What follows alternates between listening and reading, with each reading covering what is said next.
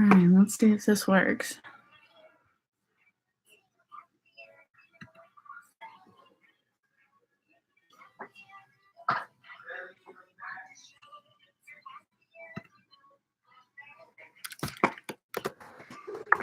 Hey guys. All right, you might need headphones because I hope my voice is not going to be like echoing throughout the class. That would be weird and not enjoyable. I hope that this part is going to help a little bit because, I mean, you can see like can type over each other in that doc. And that will provide some good stuff to the people who aren't there right now. But they can watch this video too and catch up. So the main reason that I wanted to do it over this live, even though part of me hates it because it's a pretty one-sided conversation since I can't see you guys back on the video either. Can you guys see, this is the first time I've done YouTube Live, by the way. I'm not that cool. Can you guys see on the right where the comments are here? And if so, like type hey or something so I can see, because if I don't have to jump back and forth between this and the doc, that would be cool. Do they let you guys type over there on the side? Are you allowed to comment? I feel like this is a crappy interface if not. Oh, okay. Kenneth, I'm reading yours. Yes, but we can't type in the YouTube chat if we don't have an account. Okay, good to know. Can you, since YouTube and Gmail are linked, Mason double screen. What does that mean, baby? Explain. Since YouTube and Gmail are linked, can you sign into YouTube using your Gmail? Me split my screen? Yeah, I can jump back and forth like that. I got two computers too. Yeah, I see what you mean, Mason. Is there a way that I can do that so that you can see that too? Or just me?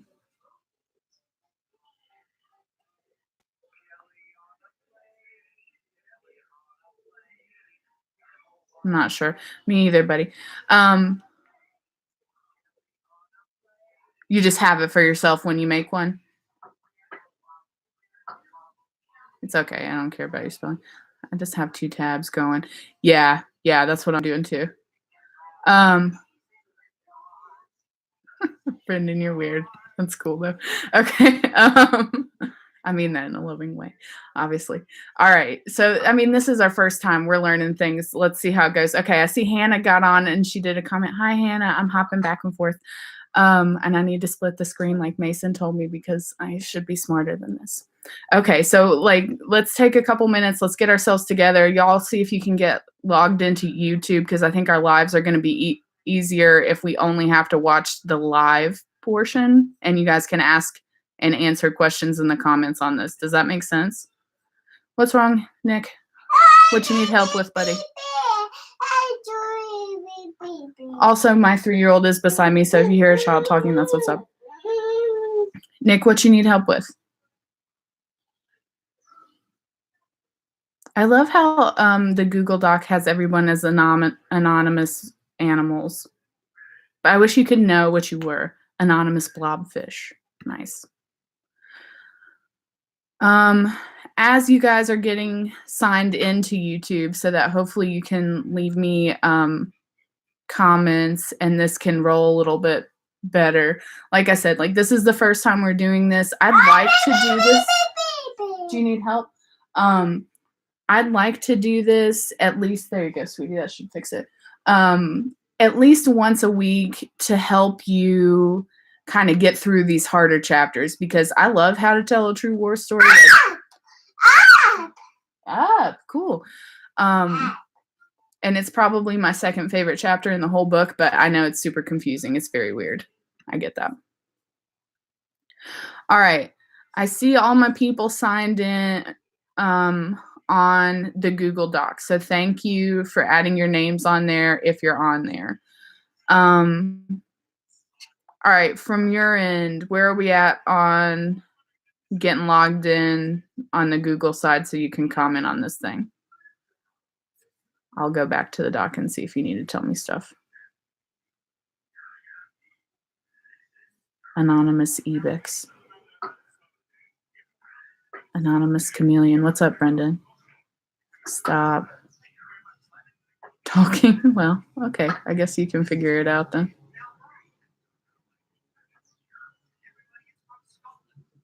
Oh, okay. Okay. I'll stop. I'm slowing down. Tell me when you're ready. Okay. All right.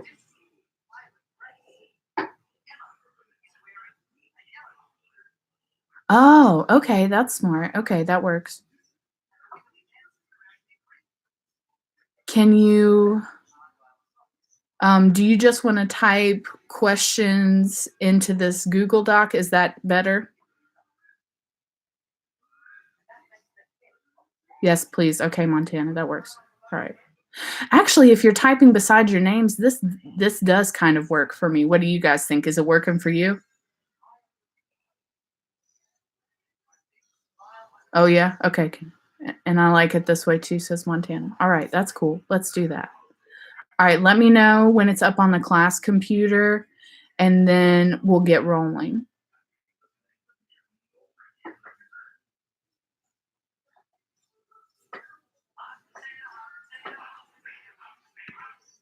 I promise I don't always look like this. I'm just a stay-at-home mom, so I always look like this. I'm not wearing leggings, to be fair. I have real pants on, so I have that going for me. All right, and I see where Hannah told me it's going to project the live feed. Okay, cool. That sounds good. Thanks, Brendan. Thanks, buddy. I watch a lot of makeup tutorials, so like, I have no excuse. I have no excuse for my life. All right. Are we ready? Are we up on the big computer?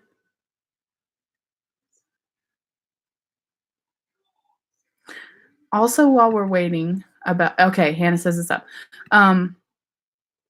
We ready? Okay, cool. All right. So the first thing is, I know y'all need some feedback on those quizzes that you took.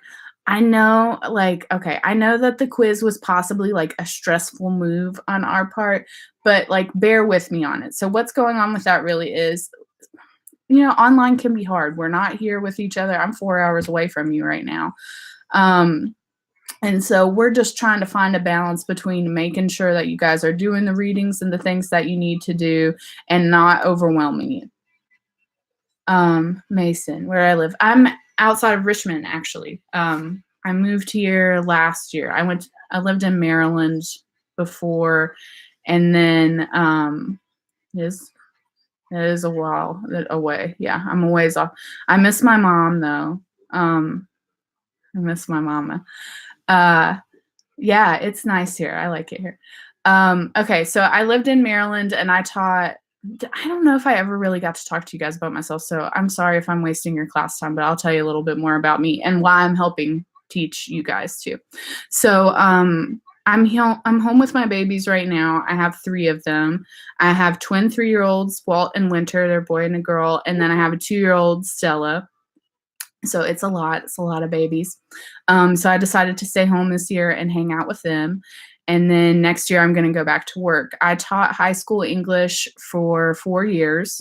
And I mostly had 9th graders. But I was super mean to my 9th graders and made them do senior level work. Thank you, Brendan. And I swear I'm better if we could be in person. Online we're all working on it together, but I hope Hannah can testify in London. I know she's out today, that if y'all email me and you need help, I try to get back to you quickly. So please, keep that up. If you're getting confused or if you're overwhelmed or something, it is not my goal in life to torture you or make you hate English or be afraid of college. We just want to get you ready for college, and part of that is getting used to a heavier workload, because sometimes what they expect you to do is just insane.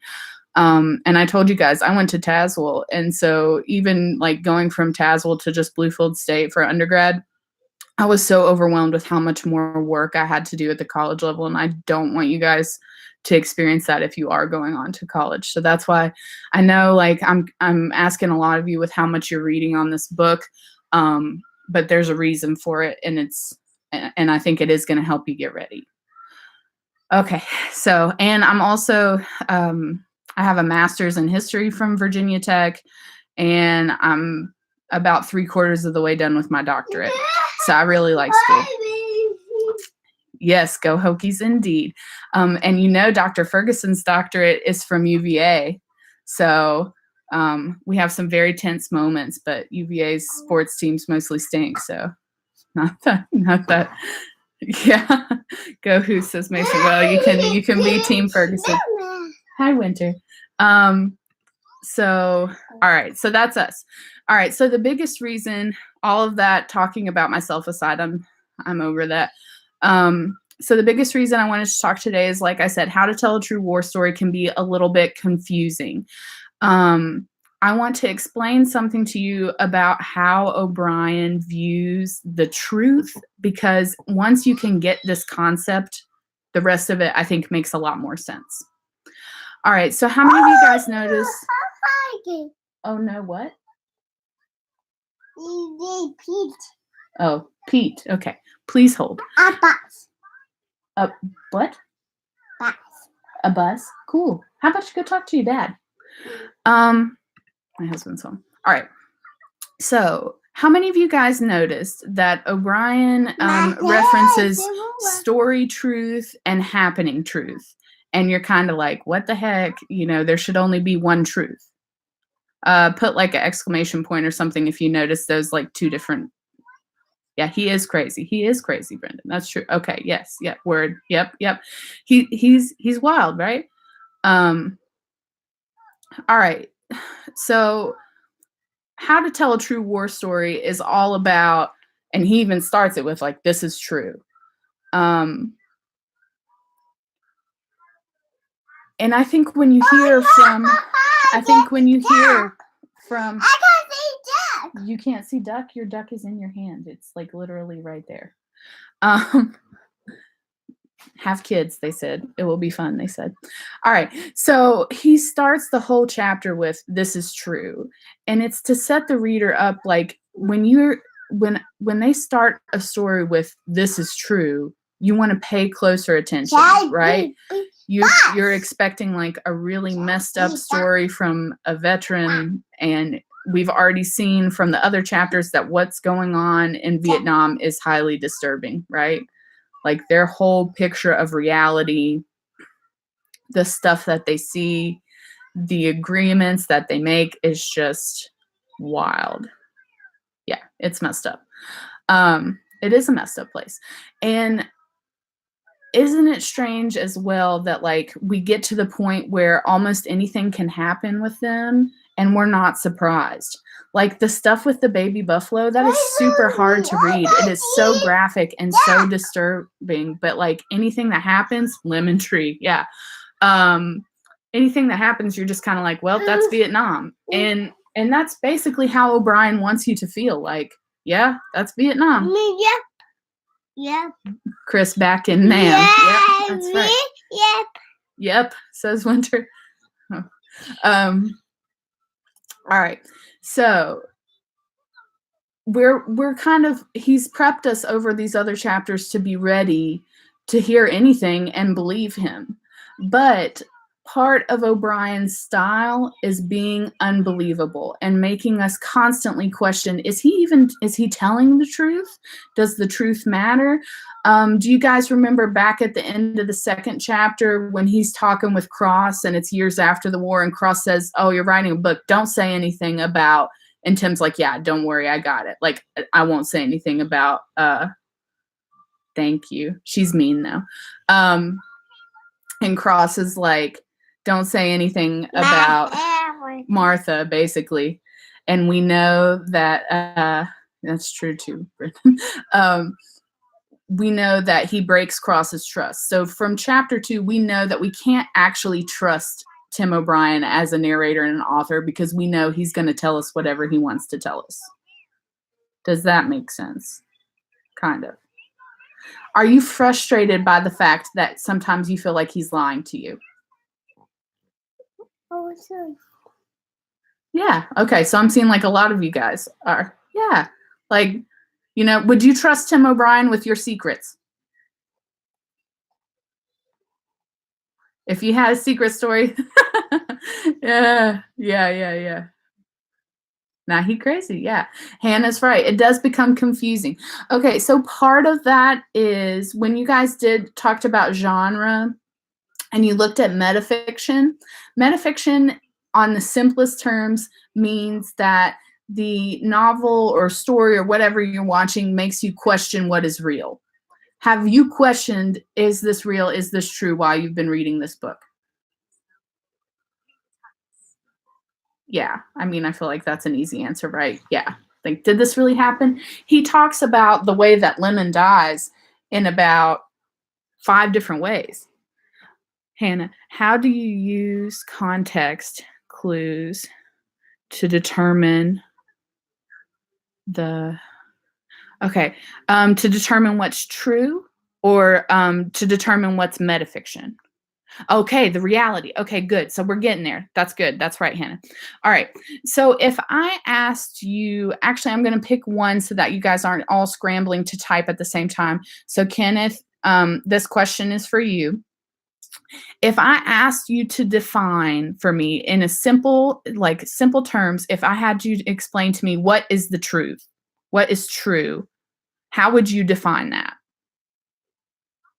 Like if you're explaining to a small child what true means, what does that mean? Things that are factual, okay? Caitlin says, telling whatever happened. That's fine. That's good. Yeah, don't fuss at Caitlin and tell her only Kenneth can talk. It's okay. Things that are factual and can be proved with evidence, okay?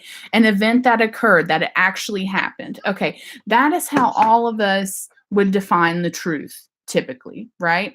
And O'Brien, when he talks about happening truth, that is also what he means, what actually happened. Yeah. O'Brien has another concept of truth that he wants to have come across in this book, and he calls it story truth. Story truth is more about making the person you're telling the story to feel what you felt when that happened. And so if he has to change the details in order to make you feel the way that he felt, yes, like Rat, then he is going to change the details of what actually happened in order to make you feel the real truth, which is the emotional element. Like later in the story, after the buffalo part, he says, that never happened. There was no buffalo. There was no sister. There was no that. Right, more about feeling. So if the buffalo thing didn't actually happen, if it's not happening truth, then it has to be leaning on story truth. I don't know why your app's not working. I'm sorry. So it is about feeling, right? Here, let mommy see. Well, if you don't give it to me, I can't help you. The buffalo made me sad too. We don't know Montana if the buffalo thing never happened or if it did. Because he plays with us on that. Also think about when he describes Lemon dying, he describes it in about 5 different ways throughout the story, right? And each time he changes those details a little bit. And he's doing that again. Yeah, nasty, blew up into a tree. That was pretty bad. He does that mostly to, 1, screw with us. He is screwing with our heads. That's true. That's part of it, and that's metafiction. But 2, to try to get those details right so that we are disgusted and we are horrified at what happened to him. And his big goal overall too is what, even so far in this book, how do you think O'Brien, I'm going to make Mason answer this one. Mason, this is your question. How do you think O'Brien wants us to view Vietnam?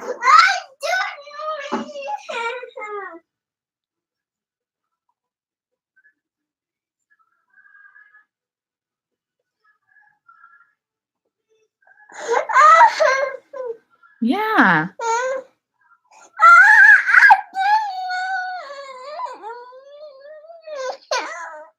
Can you go out there with Daddy and see if he'll fix it for you? He's a good guy. A dark place with bad things that happen that normal people can't relate to. Excellent. That's a really good answer. So it is a bad place. Sorry. And is it fair? Would you say that he thinks it was fair? That was good.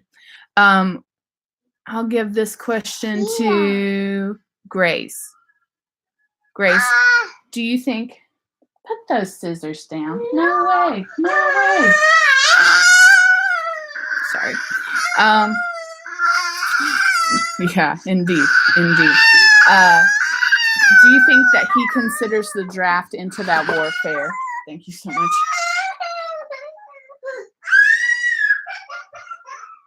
Like, was it fair to draft young boys to be in that war, Grant?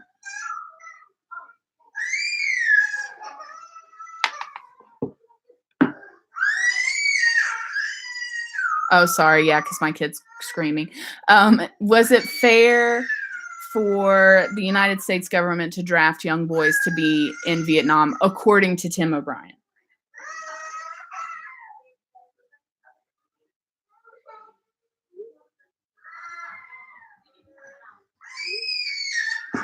Nah. Yeah, that is his commentary on it. So a lot of what he's doing in these chapters, he's trying to prove to us that Vietnam was a horrible war. We shouldn't have been pulled there to begin with. And those guys definitely shouldn't have had to go for no reason. Not a place for 18-year-olds. Yeah, most of them are like your all's age. Not you.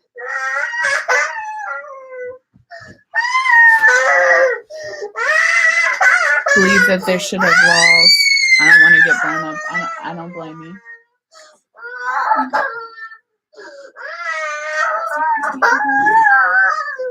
Come on, Bean. Sorry. I'll have backup. I love you. I don't want to get it blown into a tree either. You can all answer that one, Caitlin. It's fine. I'm not gonna punish you for answering or not answering. But I don't want you to all be stressed out like I gotta get typing, because if I don't type for every question, she's gonna get mad at me. Okay. So, all right. I feel like we should kind of this is cool. I wish we could do it every day, but my kids are really bad, so I don't know if that could work out. All right.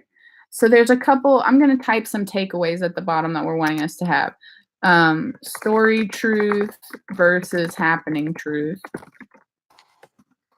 We hit on that. We hit on like Vietnam as a horrible place and an unfair war. I think one of my favorite quotes that really sums up his attitude about Vietnam comes from On the Rainy River, when he says, certain blood was being shed for uncertain reasons. People are dying over there, and I'm still not quite sure why they had to. And there was no reason fair enough for them to be there, Brendan. I mean, yeah, fair. Do you guys know why we were there? Generally, from like a historical standpoint, or like why we said we were there? Good. Yeah, it is about communism. Kill the VC, which were the communists.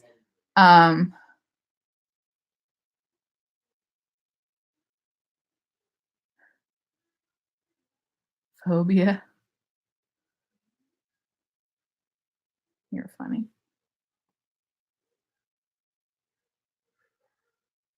Don't spam. I'm trying to figure out what's going on. Why?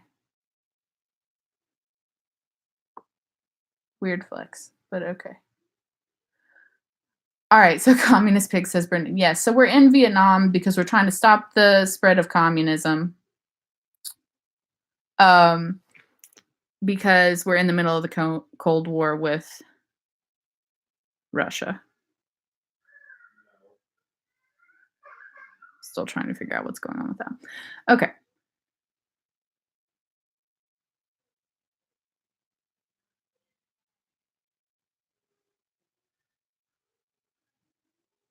Okay. Well, it'd be like that sometimes. It's all right. All right. Ignoring phobia. I don't know. That's weird. We'll move on. Studies show it be like that sometimes. All right.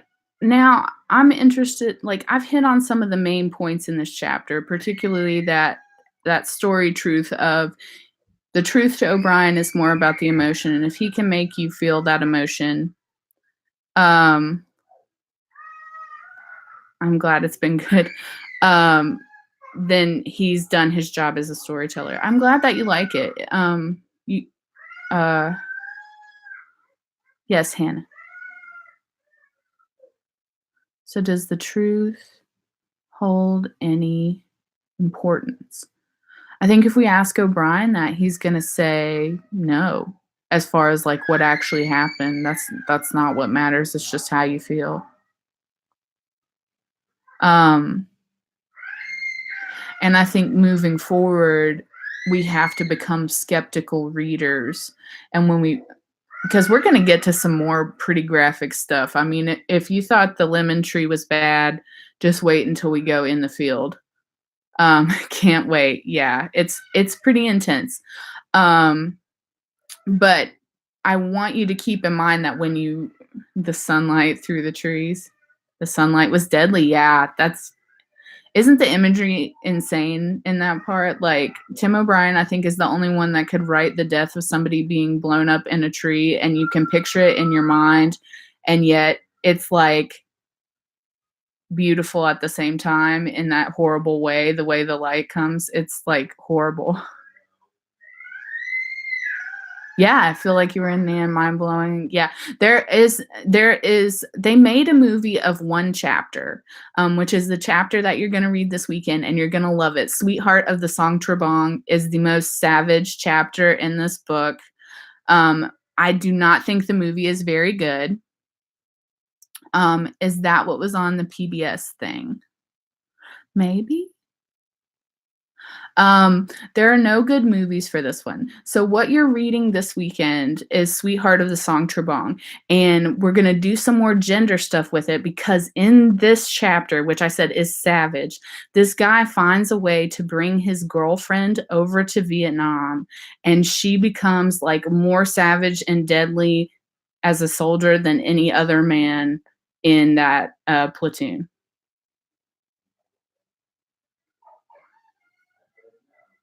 Reading it now. Yeah. Isn't it wild? Yeah, he thought she was sleeping around. Yeah. Instead, it's worse. She's out doing night patrols and killing a bunch of VC.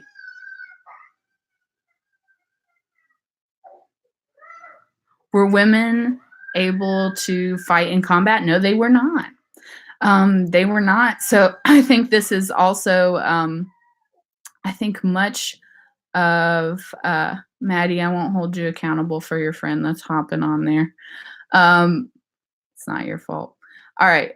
So I think actually it's O'Brien telling us that it's BS to think that women aren't tough and only men are.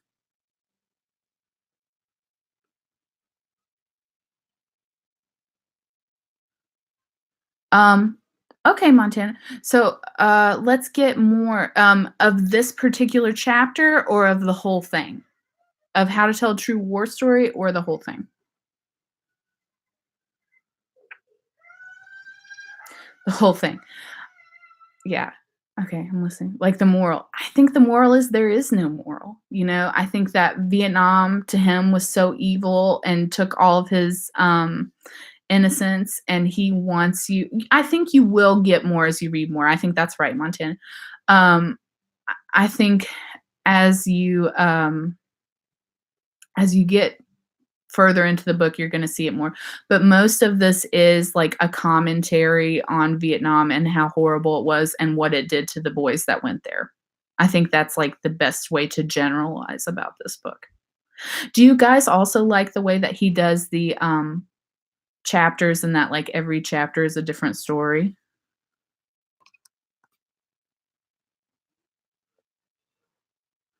Yeah, I like that too. And I used to always tell my kids as they were reading it, like, I love that if you're hating a chapter, You know, you never have to get that upset about it, because in a couple minutes you're going to switch to a different one and it'll be like a whole different thing. Yeah, it gets you excited to start a new one. Yeah, it's cool. It's cool. And there are some times that it gets a little boring. I know that it can get dry. So it's cool. It's definitely one of my favorites. I've never read another book like it.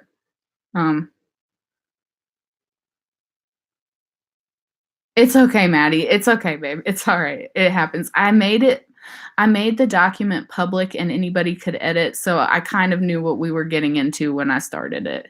And it's okay, Lord. Nobody's put anything horrible on it. I think for the most part we've been pretty successful with this. No, it's okay. It's all right. I'm not upset about it. I think this has been good because is the book in a series? It's not in a series, but he has written other books and they're also about Vietnam. Like, he has a style and this is kind of his style. Although I would say this is like his best work. I know that we're getting close to the end of class. Yes, Montana. Will he ever get to the part where he talks about life after the war? Yeah, he will. He'll do that a little bit for us. It's nice that you have a race car. He will have. There's a couple chapters where it's after the war. Oh, that's a good thing to mention too. So if you guys have noticed that, especially in How to Tell a True War Story, he jumps around, right? Like, it's not a normal narrative where you have like exposition, rising action, climax, falling action, resolution, right? Like, we're all over the place.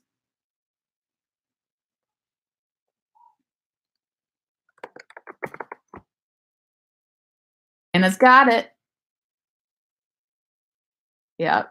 That's absolutely right. Yeah, Hannah's killing it. That's exactly right. That's how I think it too. He is pulling us into the mind of a soldier, and when you have PTSD, that's exactly how your brain works. You start in the middle of one thing and then something triggers you and you go back and you have a memory, and then you get triggered again and you go back and you have a memory, except this time it's different and the details are different. So this is like a picture of a veteran's mind. Is this like his diary? Kind of. I mean, from an emotional standpoint, right? We usually think that diaries are a little bit more factual in our definition of happening truth, right? That in a diary, you would be telling us what actually happened and your emotions with it. Do I think it's therapy for him? Definitely. Definitely. I think that that this book allowed him to release a lot of things. And there's a nice interview with him on YouTube, but it's really long. It's like almost an hour long, so I didn't want to put it on there for you guys because I don't want to make you feel like you have to watch it. But especially after you read the book, you might be interested in listening to him more. And he was talking about how, like, when he wrote this book, he wasn't married and he didn't have kids yet, which is crazy because in the book he has kids. He is still alive as far as I know. But now he has kids, and he said, like, I could never write a book like this now because I don't think like that anymore. Like, my whole life is about my kids, and my priorities have changed. But I think that it was necessary for him to get those feelings out by writing this.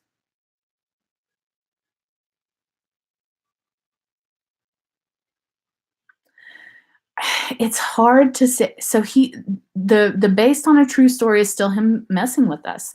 Yeah, like, it's partly truth, it's partly fiction. It's what they call 72. That's right, Caitlin. It's what they call creative nonfiction, where there's maybe some hints of truth and his experience in there, but we don't know what they are. We don't know what characters are real or what he made up. And this is mind blowing too. But technically, like, you need to look at Tim O'Brien, the author, and he did go to war, Montana. He did. That's true. So there's Tim O'Brien, the author that wrote this book, and then there's Tim O'Brien, the character within the book. And those are two different people. So even in, like, On the Rainy River, which seems like a very personal chapter where he's thinking about not going to Vietnam and skipping the draft, that Tim in that story is still technically a character We don't know what is really him and what is character because of the metafiction. So he just yeah. He exaggerates or he leaves details out. We don't know if he went to the cabin or not. Probably not.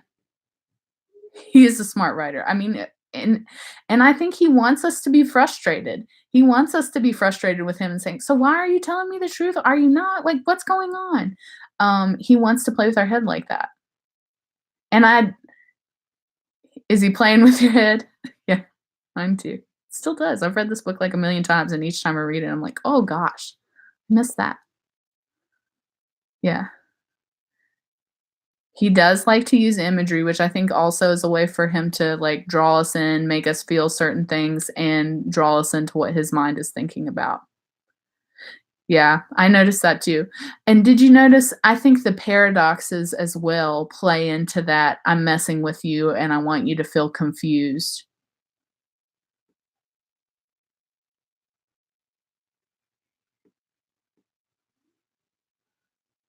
I don't understand the paradoxes. Fair. Do you guys want me to open up those paradoxes real fast and kind of break some of them down for you? Please? Brendan says not really. Oh, yes. Okay. Yes, please. Okay, I'm going to hop on. All right, so I'm not going to be able to see what you're typing for a second because I'm going to go hop on that paradox one real fast and see which one y'all want me to look at. This is the strangest conversation I've ever had. I wish I could hear. You only have 2 more minutes left of class or 7? 2 or 7? 2, we got to go. Leave in 5. Okay, how about this? Okay, I don't want to kill the last of our time with that, but I can also do this. I can make a little, I'll just record a video of me going over the paradoxes this weekend. Okay. And you can watch it whenever you need to. One of the essay topics on this, yeah, that'll work. And I'll try to make it fast, and keep myself on track. One of the prompts for the final essay on this is about paradoxes. I'm going to give you a choice. I'm going to give you like 8 or 9 prompts. So I want you to know those. So you did good on the quizzes. I haven't looked at them yet, so I have to be honest with you. I'm not really sure. I'm going to look at them this weekend. I'll give you some You'll have feedback on your quizzes by Sunday, if that's good with y'all.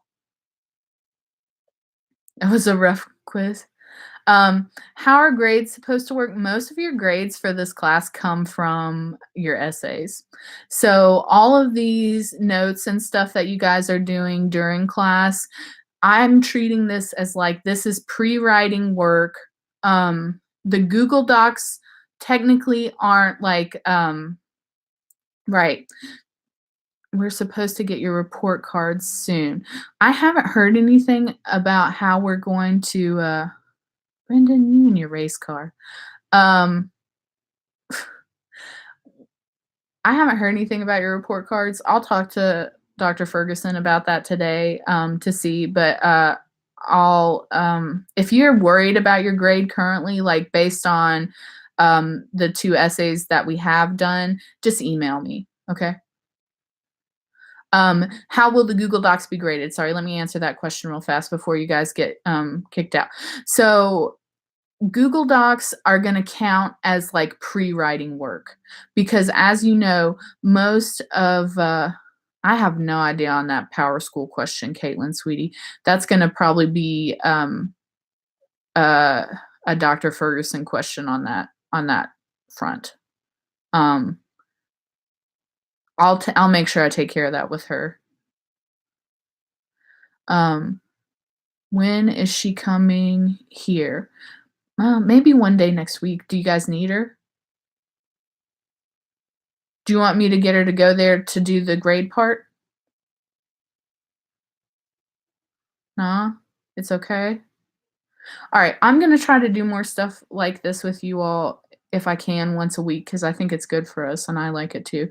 If she can come by, I'm glad that you like it. I like it too. I'd like it even better if I could see all of you. Maybe we can figure out a way to make that happen. By Bye, guys. I think you got to go to your next class. All right. Thank you. It was so good talking to you. Email me if you need anything, okay? Have a great day. Have a good weekend.